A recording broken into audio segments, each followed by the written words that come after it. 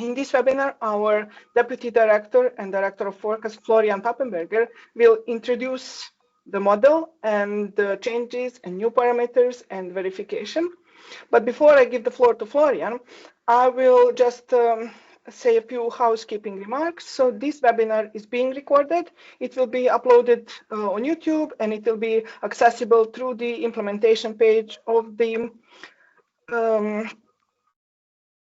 cycle and on our registration page for this webinar. With this, I'm giving the floor to Florian. Thank you very much, Milana. And I'm here with a few others. Our strategic lead for machine learning, Matt Chantry, is also here. And if you have any questions, I think the best thing is you just put them into the chat during my presentation. As Milana said, I'm Florian Pappenberger. I'm Deputy Director General and Director of Forecast and Services at ECMWF. And I have to admit, I'm immensely proud to be at this point. I don't think about a year and a half ago I would have expected to be able to declare to you we are going operational with a machine learning model. Just the speed we have developed this, the thoroughness and the amount of work which has gone into that is absolutely fantastic. And I deeply want to thank all staff at ECMWF who really worked hard on achieving this particular goal, which is truly amazing. But we didn't start from sort of nothing. Sorry, I'm trying to take control of the website, which it doesn't at the moment. We sort of didn't start from nothing. If you really go back, ECMWF did have a strategy of machine learning already in 2018 and explored concepts. And since then has been paper after paper after paper, publication after publication after publication. And I know we're only listing a very small number here, really, but you can see that the richness, the depth of trying to forecast or forecasting the weather and the Earth system with machine learning really has taken off over the past few years. ECMWF has started this project only in 2023 in June with the generous support and help of our member incorporating states, for which I'm really deeply grateful. In October 23, we had the first AIFS model experimental live. We had to update in January, February, and it was very accessible to you since then. So for a long time, we've provided you with an experimental forecast on our websites, either in terms of forms of graphs, but also in terms of plots. And this is really now when we're taking the day or taking on the 25th, so next week is the next step. We're truly going operational. We're committing that this model is available to you. We're committing to service levels. We are committing to supporting it 24/7, and it will be there for you to use whatever you want to use it for. Some of you may have seen this slide. If we compare nowadays, and that's sort of part of the reasoning, a physics-based modeling, it costs us 180,000 system billing units. System billing units are sort of the currency we use in our supercomputer in terms of cost. The AI model costs 0.3 to run. That's 1,000 times reduction in energy. The forecast time to produce is reduced from 30 minutes to a mere 3 minutes, to nothingness. And that's a really great achievement in terms of comparison. However, we have to, and it's really important to emphasize, none of that AI model would have been possible without a significant training data set produced by Copernicus, which is a reanalysis. And that's, of course, still currently based on a physically based model. Also, we're immensely proud of the ant which we produced in compared to the little mouse. We still need the elephant. The elephant is still important to us, and the elephant is the basis for us to produce this massive upgrades. So what are we thinking of? I sort of just go back to maybe something more traditional. If you look about a forecasting chain, and in ECMWF, the forecast model is called the integrated forecasting system. The conventional physics-based model, which we've done for many, many years, is straightforward. We do a simulation where we sort of in ECMWF, we get in about 800 million observations a day. We sub-select them, we correct them, we improve them.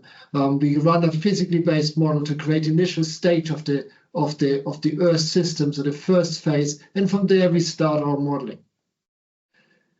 What I'm going to present to you today, or where we're basing our current state-of-the-art machine learning model, is really dominantly on the right-hand side. So we're replacing the modeling and the prediction part with machine learning. Having said that, there's also machine learning parts replacing the particular elements of the data assimilation. So today, the step for going operational ends or is predominantly on the right-hand side. We will come to the left-hand side, I'm sure, in due course. What we do, I'm not going to go in an in-depth machine learning scientific presentation. There's a paper called Lang et al. 2024 where you can actually read all the details. And we're also going to have later, after the operational release, a more detailed science seminar. It's GNN-based. The AIFS model is the traditional encoder-decoder process, inputs of the atmospheric states, and then outputs in terms of predictions. We have a pre-training phase during which we give the model the task to forecast the 6 hours ahead. And then in a step 2, the model is auto-regressively trained to optimize the forecast between 6 hours and 72 hours. As I said, if that means nothing to you, don't worry. I'm going to mainly focus today on the outputs of the skills rather than on the science, and the science will come later. Having said that, maybe just one more slide on that particular topic. Once the model is trained, we can generate predictions stepping from 6 hours from analysis to analysis in the future. And that's sort of the inference we do every single day in that sense. And that's what's going to happen in the AIFS model. And so I'm not going to dwell too much on the science. I'm sort of slightly going to back in history again. I did tell you that the AIFS model was actually already available for a very long time to you in graphical or data type products. We sort of started with 0.1, and at the bottom of this graph, you see the different changes which were made between the different versions. The one we're going to release is on the right-hand side, and there is documentation available to you, which hopefully will also now be put in the chat in that sense. So you can actually read the documentation yourself. There's a lot of detail there in that respect. We are going to stay on the same grid as we've stayed so far. So it's 0.25 degree roughly. There are some other elements which sort of have changed, in particular in terms of the output variables, but I'm going to come to them in a second. Again, all of this is openly documented. All of this is open science. And actually, a lot of that is also available to you in sort of code phase in that sense. And I'm already saying thank you for the questions which come in. And I hope the machine learning people from ECMWF on this call are able to respond to them as quickly as possible. But keep the questions coming. So if we go just simply what's new in the AIFS Single version 1. So what have we done to change? Well, first of all, we really put emphasis on adding a lot of additional variables. There's new Earth system components and energy sector variables, which we didn't have before. So a lot of new outputs. There's some more important changes in terms of how we estimate and how we train and how we use the model. We created, for example, physical bounds on the model parameters. The previous version did have negative precipitation, or it was physically possible. So that's coming now. We had a better pressure level scaling, which means that some upper part of the atmosphere are less in the weights, but again, read more in the details. The training procedure has changed. And all of that is, I already mentioned it, a part of the open source Anemoy packages, which you find on GitHub, including the dataset creation, the training, the model specification, and the inference itself. We are working hard on adding other parameters. Land and energy sector variables were some of the focus this time. So the new variables added are soil moisture and soil temperature for the upper layers. There's also now cloud cover, solar radiation, 100-meter winds, snowfall, and runoff as such. So a large number of extra parameters. If there's something else you really would like to do, please feed that back to you. Give us user feedback. What is the next favorite variable we want to have? And then we'll see what can be done. I think most important is always the skill. how good does the model do? And what I'm presenting you is something we call a scorecard. And please don't be alarmed by the complexity or the colors you see in there. In general, the scorecards sort of compare different versions of the model. Here we're comparing the machine learning model with our traditional physics model of 2024, the AIFS, the integrated forecasting system. And in general, blue means good. Okay, if you see blue, we are usually happy. What you see there is different parts of the globe. So you have here you've got 4 columns. If you look at the top, it's the northern hemisphere, the southern hemisphere, the tropics, and Europe. And then on the left-hand side, on the y-axis, you have a verification against analysis. That's the sort of the light gray part. If you go to the furthest left, you can look at it. And lower, you have it against observations. And we have different types of measures there, different types of scores. You will find those scorecards also on the web, and you can click on them for more detail. As I said, blue in general means better. And you sort of hopefully agree with me that this card looks overall fairly blue in comparison to traditional IFS. So I said you can dig into the details, and I've sort of just picked out here one particular one, which is temperature at 850. And then when you click on those, you get these type of graphs, which sort of compare the 2 different ones. So you've got a normalized difference. As I said, this is against the traditional forecasting model. You clearly can see there's a problem, particularly in the initial state in this one, which sort of shows you some of the issues we have of moving from a analysis, a physically based model, to a machine learning model. And then very quickly, the machine learning model becomes better. That's when the blue line on the top right-hand graph is above 0. At the bottom, you also can see the absolute numbers in terms of difference. As I said, this is possible for you to look at every single graph of that. We don't hide anything. You are able to look at any of the verifications you do. And to be really fair, there's some really good bloggers and media influencers out there who sort of also display the latest scores of the IFS in that sense, or the AIFS. If we compare, so previously I compared against the current physical model. If I compare against the latest or the previous machine learning model, that was the 0.2.1 version in 2024, you can see the scorecard is even bluer, and actually have traditionally, or we have overall improved nearly everything in comparison to the previous model. There's a new pressure level scaling, which I sort of said, which sort of slightly scales the pressure levels or the weighting of the training slightly differently. So in a way, you're going to find this again on the web, the detailed documentation, but it really helped to sort of improve that particular aspect. The other thing I sort of said is that we sort of bounded the total precipitation. It may be logical for all of us that precipitation below 0 is sort of a physical interesting feature. Machine learning models may struggle with it a bit, so we introduced a physical bounding, which will significantly increase the performance of precipitation. And you can see this in again being blue, meaning it's better.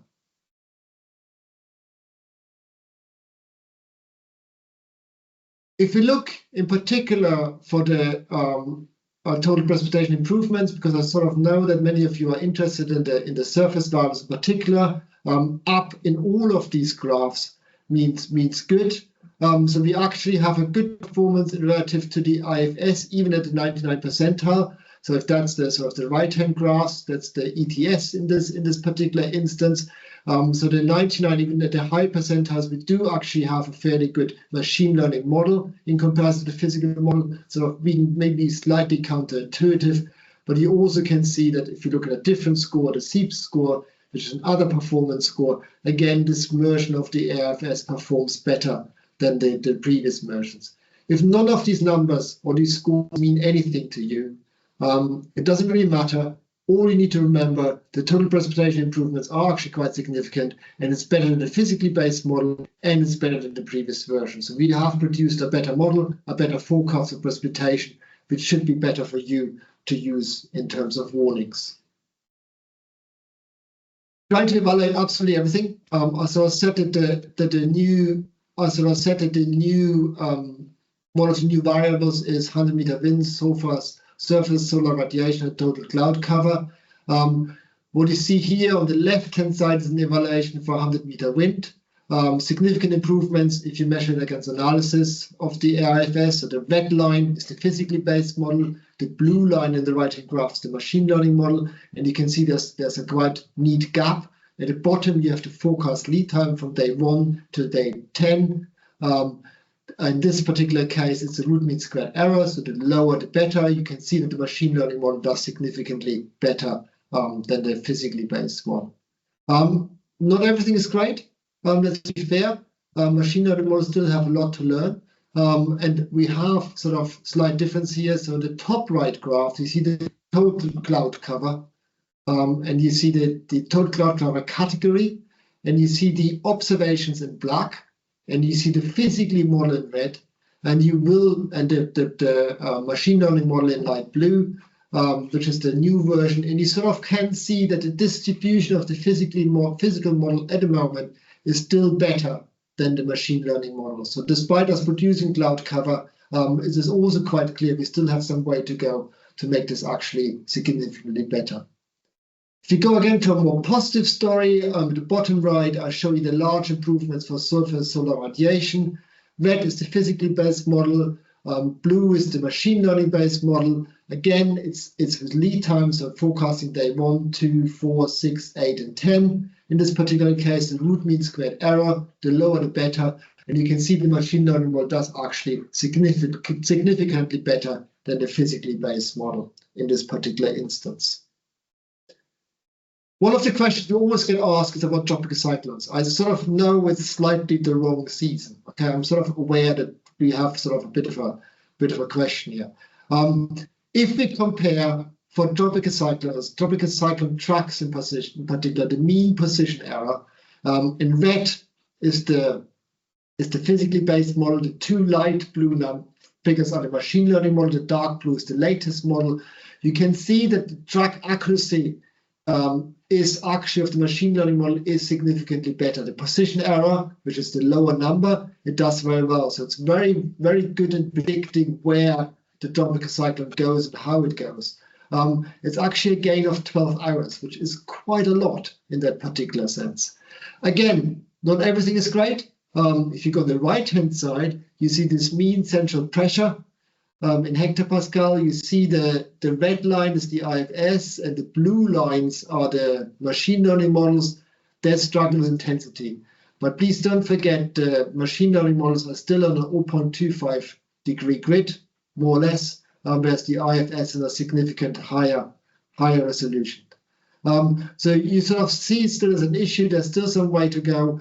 Again, we're getting there, but we're not there yet in terms of intensity.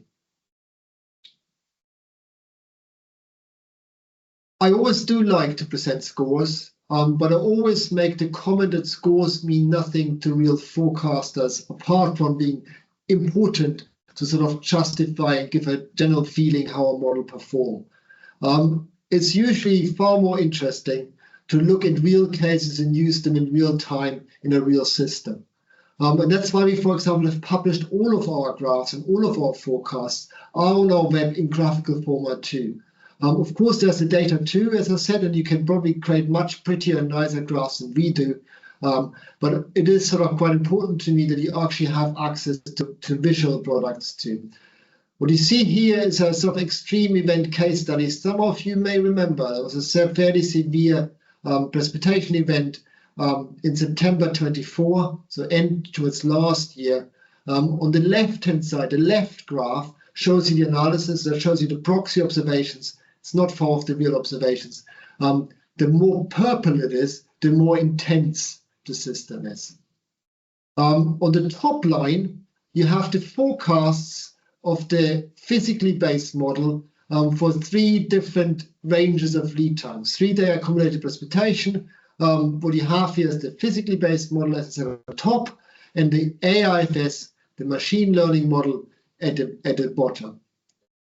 Something which seems to become a fairly interesting feature of these machine learning models, which we see also in other situations, is that they seem to be far less jumpy than the physically based models. So the forecasts seem to be more consistent with each other.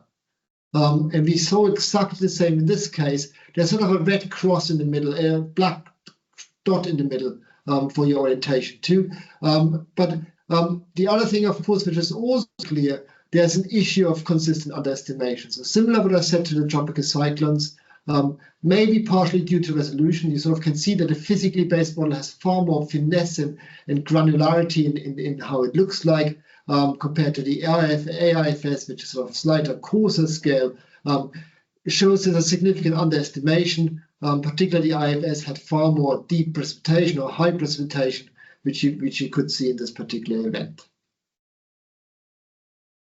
Just to say, just in case you're asking, all these slides will be available to you afterwards, as well as Milana already said, the recording. I'll show you a precipitation event. Let's just go to something else. 2 meter temperature over Finland and Sweden. It got very cold in Finland and Sweden in 2024 in this particular event, 3rd and 5th of January. On the top, you have again the analysis. On the bottom, on the left-hand side, you have the physically based forecast for a lead time of 72 hours, 144 hours. On the right-hand side, you've got the machine learning model. And in this particular case, again, as a case study, the machine learning model outperforms a physically based model in predicting the extent of the cold spell, and also it got actually a bit colder than it is. So I think it's important to note that the machine learning model does surprisingly better than we very often expect. And of course, we're trying to find out and see as many case studies as possible. And I would like to thank everybody who actually looked already at the machine learning model and sort of presents that already on the web, very often on LinkedIn or X posts, and show us different case studies, how it performs and how it does. We still have a lot to learn about the machine learning model in that sense. Don't forget, ECMWF is turning 50 this year. We have generated physically based models for the large part of our history. Machine learning is just the last bit. It's just the largest blimp in our history, and we have a lot to learn in that particular sense. Which gets me to the known issues. We are aware that the machine learning model has a lot of known issues, or similar to our physically based model. We are extremely keen to make them as transparent as possible and learn from them as much as we can. So we've listed a few on the website, and I know the website will be posted probably in a second in the chat about known issues, but we're really relying on you to provide us with other examples. There's only so much we can look. Thank you, Megan, for posting known issues. There's some obvious ones, okay? 28 kilometer resolution, of course, there's a problem with high resolution topographic impacts. There's no question. We optimize mean squared error, which dumps out low scale variability features. We have underestimation of wind speed for tropical and exotropic cyclones. I've shown you this already. And small precipitation events occasionally predicted are not plausible. As I said, we really rely on your feedback for this one. Have a look at the current known forecast issue page, which we have already. Plus, please send us more examples, because the more we know what doesn't work allows us to actually make it work in the future. How do you do that? I think one of the things on investigating what doesn't work is to look at the data. And that's where I hand over to Milana to explain a bit about the data. Over to you, Milana. Thank you very much, Florian. So I will give a few notices about the changes in the data, new parameters, and the details about them.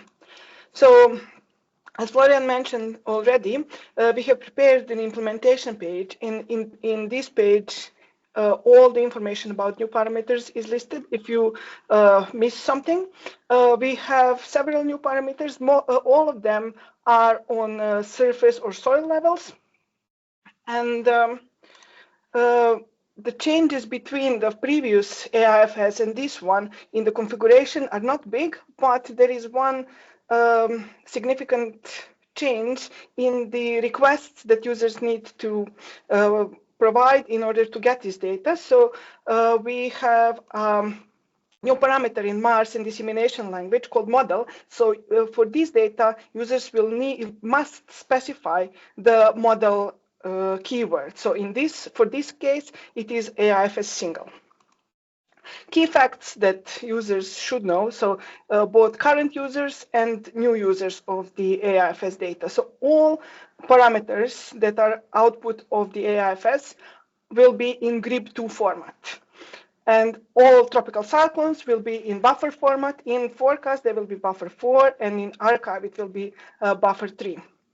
New model keyword will be both in dissemination and Mars. And with this new version, all the parameters will have step 0.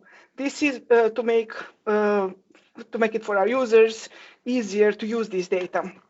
For accumulated field, all the values will be 0 at step 0, and for instantaneous fields, it will be the same values as in analysis, just regridded to the AIFS grid. There was a question in chat about the dissemination schedule, so I didn't answer because I knew that I will talk about this as well. So AIFS data will be disseminated in the same schedule as IFS data. However, it will be available for the pre-scheduled delivery for the users that have this option. And on open data, the delay that was there for an hour compared to the other data will be removed for the AIFS data. So it will be available as soon as it is produced in the open data. Now, the changes for the new and current parameters in the AIFS, because they are all GRIB2, some of the parameters will have completely different param IDs, units, and levels. So soil moisture and soil temperature levels will be different parameters and different levels compared to current ones in IFS. 6 new parameters, so all cloud parameters and snowfall and runoff will have in GRIB2 different param ID and different units. So this is to be compliant with WMO units as well. And 2 current parameters, total precipitation and convective precipitation, will also change param IDs and units. So if you have a script that computes something and plot something in the IFS, you have to be a bit careful with these new ones because you will not need scaling anymore in order to calculate things. Where you can get this data. So the test data is available through dissemination, and for the users who are who have the access to ECPDS, they can trigger the transmission the usual way when we update our systems. And the users who don't have the access to the ECPDS, they should contact data support for this. However, new parameters are not available for testing before the 25th of February. However, these new parameters are available in Mars in the open data. So in Mars, the test data is available for the period from 1st of January 2023. So 2 years and 2 months of test data. But when you are making Mars request to request this data, you should you must use model parameter and set it to AIFS Single, and you should use experiment version 1.02 for this test data. In the open data, it is available on our open data platform as in the directory AIFS Single, and then you can choose the date, start, and then there will be one folder per folder in each folder until you actually reach the data, and all the parameters will be here. And then when you download this data, you can explore actually the param IDs and units and all of this. So also we are preparing 5 new graphical products, but they will not be available until the 25th for the testing. However, here is a preview of which graphical products will be available after 25th. So new clouds, convective precipitation, snowfall, and 2-meter dew point temperature and 100-meter winds. There was also a question in chat, can we try AIFS? Yes. So AIFS current version 0.2.1 is available already on Hugging Face. It is a platform that stores machine learning models, and there is an example notebook over there that users can use and run the AIFS previous version. On the 25th, we will release the new operational version over there as well, so our users can run AIFS over there by themselves. And with this, I'm finishing with the data remarks and handing back to Florian for the final remarks. Thank you very much, Milana. I think particularly the last one is super important to all of us. You can access the model itself, and you can run it with nearly no restriction in terms of licensing and anything you would like to do. So of course, we're all about interested to see what you're going to do better than us and what you can improve on that. Final messages, sort of, I don't think I've seen it in the chat yet. What about ensembles? ECMWF has an ensemble first strategy. We believe that ensembles are the only way to really make decisions in a reliable way. We're currently working on it. We're trying probabilistically as the best solution to the smoothing and the underestimation of small-scale extremes. There was some really exciting paper just before Christmas deposited in sort of optimizing the CRPS. We do expect to enter experimental mode this spring, and then we should operationalize it this summer. So the ensemble is following our foot in terms of the on the single model in this particular sense. What's next? Well, more products, and I already asked you to submit all the things you want to see in it. As soon as better. Higher time fidelity, hourly data. I saw this popping up in the chat somewhere. 9-kilometer resolution, greater Earth system representation. So far we have a limited number. We want composition there. We want waves, oceans, sea ice, hydrology, and that's all in progress. When will the next IFS AFS cycle be? So we sort of do expect that to be relatively frequent in comparison to the physical model at the moment, particularly in the beginning phase. But I also have to admit that we currently have no schedule for this one.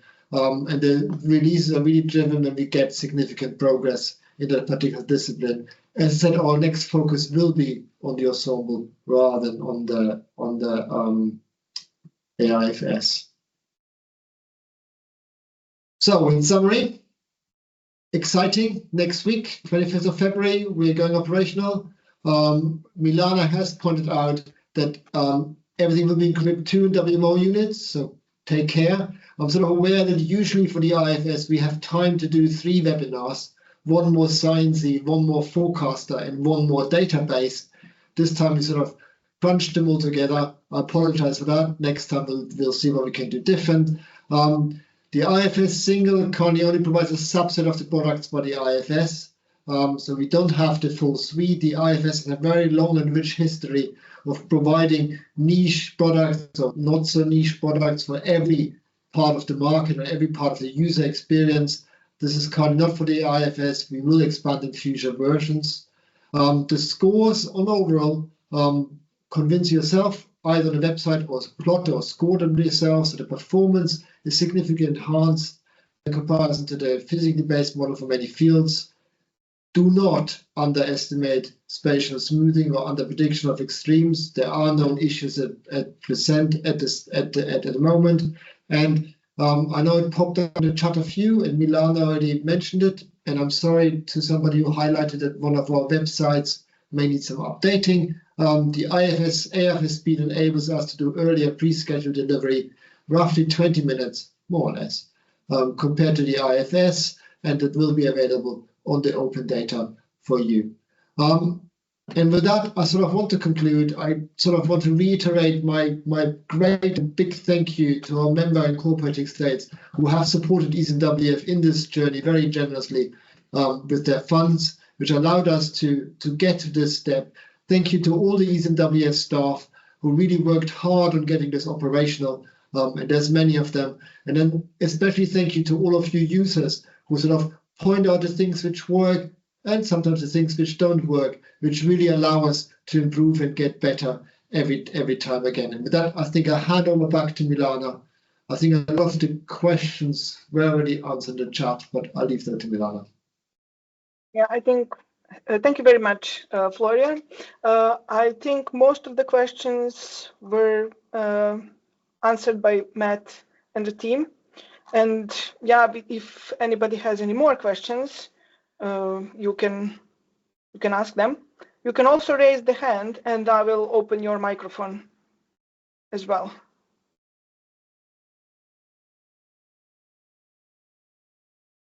I'm trying to go back to Alan, Shuri. 1 second. Okay. Alan, I think you should be able to speak, but you need to unmute yourself.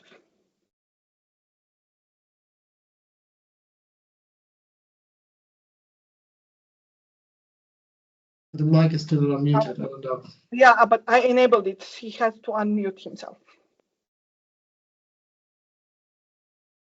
Or I can do that. No.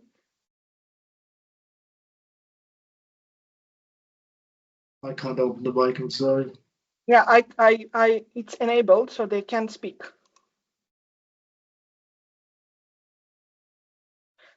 But until then, I can answer the new question that came in the chat. So the recording will be uploaded in YouTube in ECMWF channel. It will be also uploaded, presented in the implementation page and in the registration page of this webinar.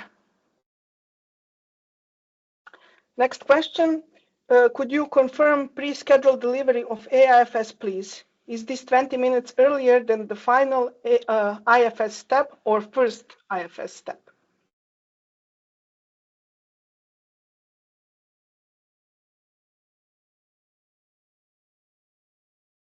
I think it's 20 minutes earlier than the first IFS step, but let's get confirmation in the chat. Okay.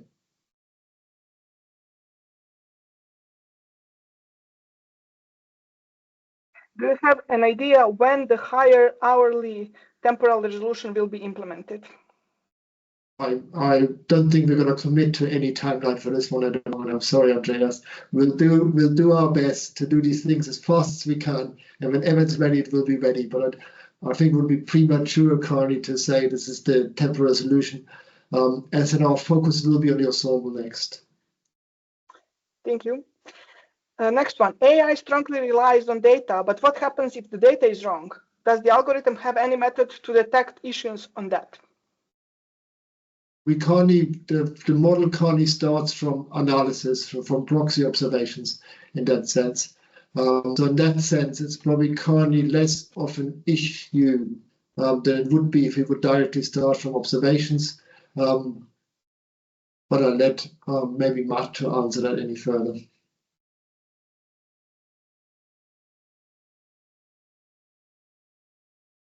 Okay, Matt will probably confirm in chat.